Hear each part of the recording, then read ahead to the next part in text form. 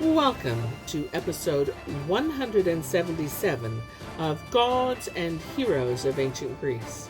My name is MyLinda Butterworth, and today we begin with the love story of Eros and Psyche.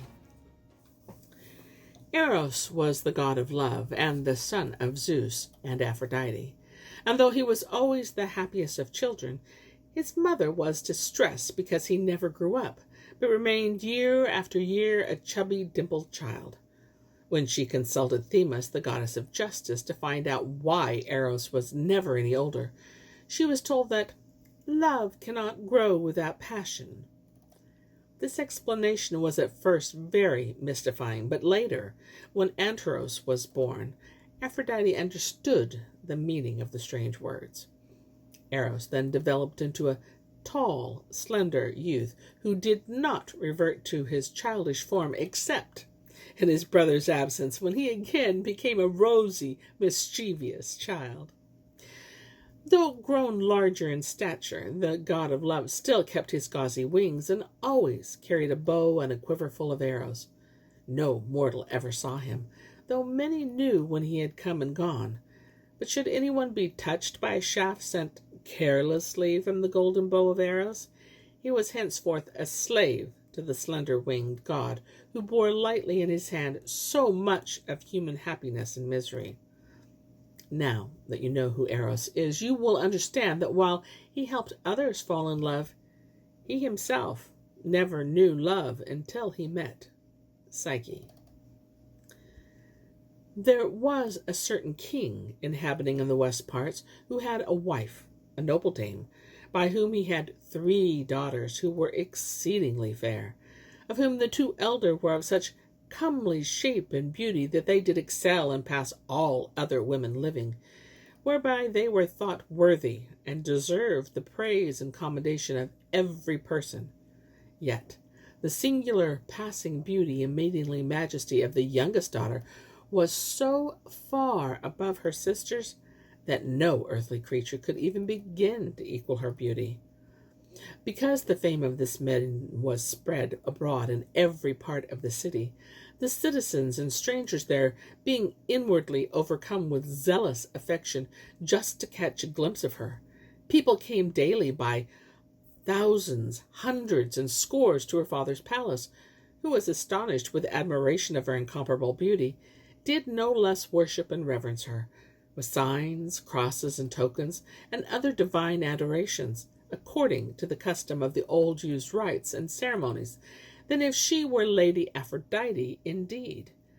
Shortly after the fame was spread into the next cities and bordering regions, that same goddess whom the deep seas had borne and brought forth, and the froth of the spiring waves had nourished, to the intent to show her high magnificence and divine power on earth, who formerly did honor and worship her, were now acquainted among mortal men, or else that the earth and not the seas, by a new concourse and influence of the celestial planets, had brought forth a new Aphrodite, endowed with the flower of virginity. So daily more and more added to this opinion, and her fame was spread into the next island, and practically into every part and province of the whole world. Whereupon innumerable strangers traveled from far countries, ventured forth on long journeys on land, and by great perils on water, to behold this glorious maiden. By this time there was such a contempt growing towards the goddess Aphrodite that no one traveled to the town Paphos, to the isle Gindos, no, not even to Cythera, to worship her.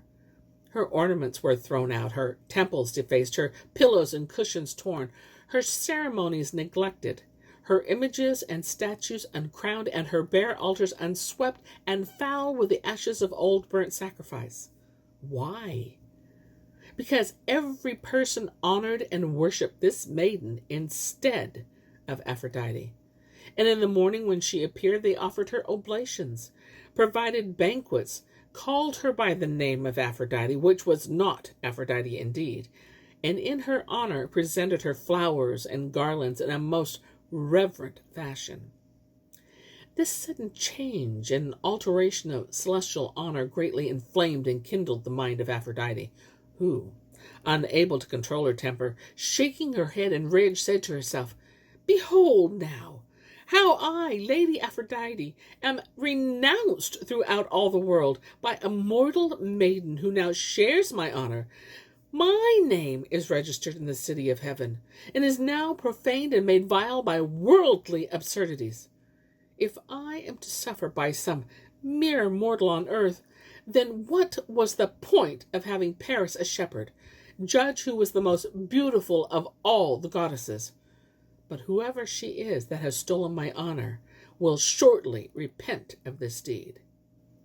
Soon she called her winged son Eros, rash enough and hardy, who by his evil manners, contempting all public justice and law, armed with fire and arrows, running up and down in the nights from house to house, corrupting the lawful marriages of every person, doth nothing but that which is evil, who, although he were of his own proper nature sufficient prone to work mischief, yet she egged him forward with words, and brought him to the city, and showed him Psyche, for so the maiden was called, and having told the cause of her anger, not without great rage, said, "I pray thee, my dear child, by motherly bond of love, wound her with one of your arrows, revenge the injury which is done to your mother by the false and disobedient beauty of a mortal maiden. Pour bitterness on her lips. Then I pray you, without delay, find her the most vile husband in all the world, mean, bad-tempered, ugly, and make her fall in love with him." When she had spoken these words, she embraced and kissed her son, and took her voyage towards the sea. There were 2 springs of water in Aphrodite's garden, one bitter, the other sweet. Carrying water from both springs, Eros flew off, invisible. When he came to the palace, he found Psyche asleep. Her beauty moved him to pity, but obeying his mother's command, he poured bitter water on her lips and touched her side with one of his arrows. Psyche felt the pain and opened her eyes. She could not see Eros, but as he looked into her eyes, the arrow trembled in his hand, and by chance he wounded himself. He poured a little sweet water on her forehead and flew away. Psyche, meanwhile, with all her beauty, received no fruit of her honor. People marveled at her, praised her, but no king or prince or anyone else ever sought her hand in marriage. Everyone marveled at her divine beauty, as if she was a masterpiece of art. Her other 2 sisters did not receive the same praise from the people, and were both married to 2 kings. But the virgin Psyche, sitting at home alone, lamented her solitary life, and was uneasy both in mind and body. Even though she pleased all the world, yet hated herself because of her own beauty. Finally, Psyche's father, suspecting that the gods and powers of heaven envied her estate, went into the town of Miletus to talk to the oracle of Apollo. There he made his prayers, offered sacrifice, and asked for a husband for his Psyche. But Apollo, though he were a Grecian, gave his answer in Latin verse, which was this: "Let Psyche dress in mourning attire, and sit on a rock on that mountain. Her husband is no mortal of human seed, but serpent dire and fierce, as may be thought, who flies with wings above in starry skies, and both subdue each other with fiery flight. The gods themselves and powers, it seems so wise, with mighty love are subject to his might. The rivers black and deadly floods of pain, and darkness eke as thrall to him remain." The king, after hearing the prophecy of Apollo, returned home, sad and sorrowful, and told his wife the miserable and unhappy fate of their daughter, after which they began to lament and weep, and spend many days in great sorrow. But now the time approached for Psyche's marriage. Preparations were made, black torches were lit, the joyous songs were turned into pitiful cries. The melody of Hymen was ended with deadly howling. The maiden wiped her eyes with her veil, and all the people of the city wept with great lamentation. But that did not change that Psyche must be brought to the appointed place according to the divine commandment. And when the solemnity was ended, they went to bring Psyche, not to her marriage, but to her final end and burial. Her father and mother walked forward, weeping and moaning about the situation, but Psyche said to them, "Why do you torment yourself with this continual sorrow? Do you think your sorrow is more than mine? Why do you pull out your hair and beat your breasts for me? Can you not finally see the reward of my excellent beauty, something you perceived too late, the plague of envy? When the people did honor me and call me the new Aphrodite, that is when you should have wept. That is when you should have sorrowed as though I had been then dead. For now I see and recognize that I am come to this misery by the only name of Aphrodite. Take me now as fate has decreed, and place me on the top of the rock. I greatly desire to end my marriage and to see my husband. Why do I delay? Why should I refuse him that is appointed to destroy all the world?" Here is where she ended her words and pushed her way through the throng of people that followed. They followed her to the appointed rock of the high hill and watched as she took her place.